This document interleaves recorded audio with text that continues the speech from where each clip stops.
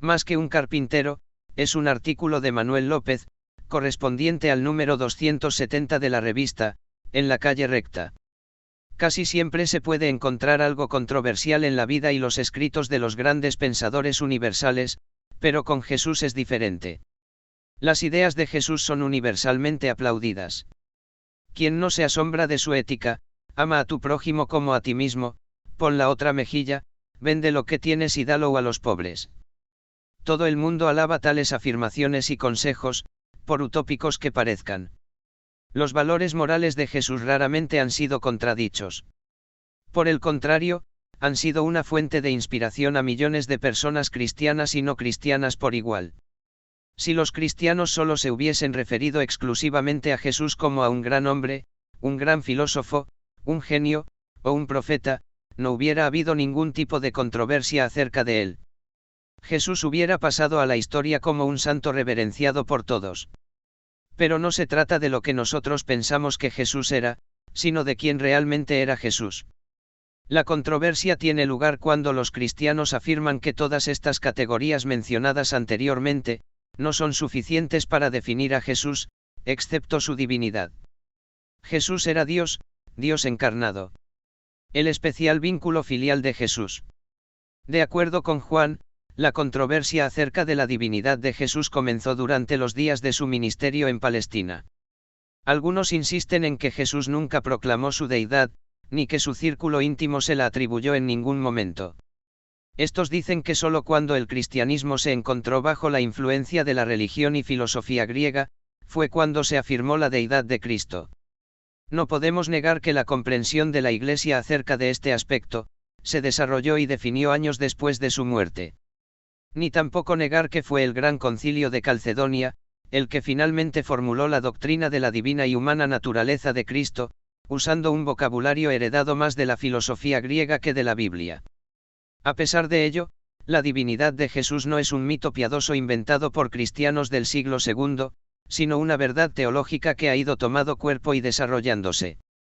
Jesús llamó a Dios su propio Padre, haciéndose igual a Dios. No había nada particularmente inusual, por supuesto, en que un judío llamara a Dios Padre. Lo que Juan quiere decir aquí es que los judíos reconocieron que Jesús usaba este título de una manera particular, exclusiva y personal. No dijo Padre nuestro como habrían hecho ellos. Dijo Padre mío. Su forma de hablar sugería claramente a los judíos que le escuchaban que reivindicaba para sí mismo una relación filial con Dios que era absolutamente única. Llamó a Dios su propio Padre, de manera especial, y eso es lo que les ofendió. No eran tan ingenuos como para no ver las implicaciones de tal afirmación, y se dieron cuenta, hacía a Jesús igual a Dios. La especial identidad de Jesús.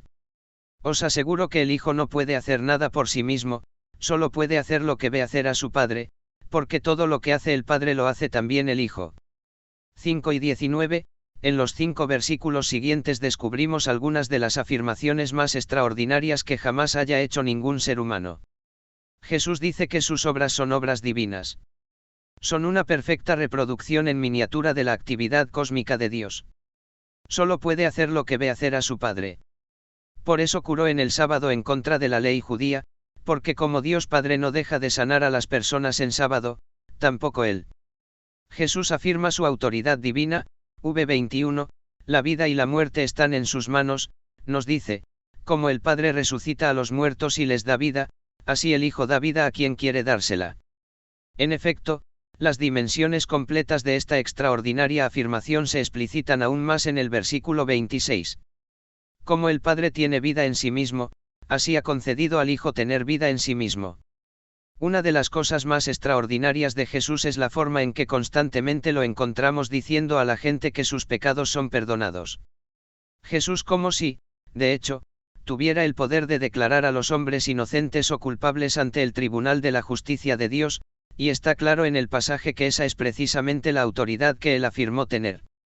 Sería él quien pediría cuentas a los hombres en el último día y juzgaría al mundo. Jesús reclama aquí la adoración divina. Para que todos honren al Hijo como honran al Padre, 5 y 23, no es difícil imaginar lo escandaloso que habría sido esto para sus oyentes judíos. Muchos de ellos consideraban idolátrico el mero hecho de inclinarse ante el emperador romano y llamarle Señor.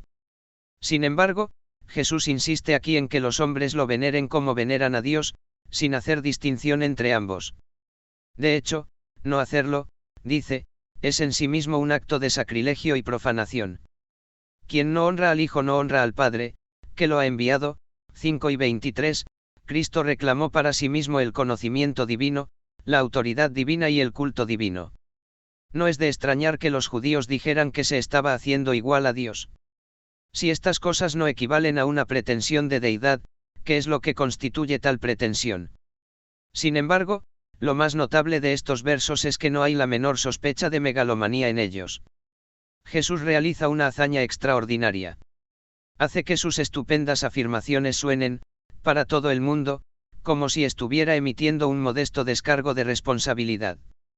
No puedo hacer nada por mí mismo, solo puedo como oigo. No busco complacerme a mí mismo, sino al que me ha enviado. 5:30. Jesús no se ve a sí mismo como un rival del trono de Dios, sino como un humilde receptor de la gracia de Dios. Aquí no hay un arrogante aferramiento a la deidad, ni un engreído regocijo de su deidad.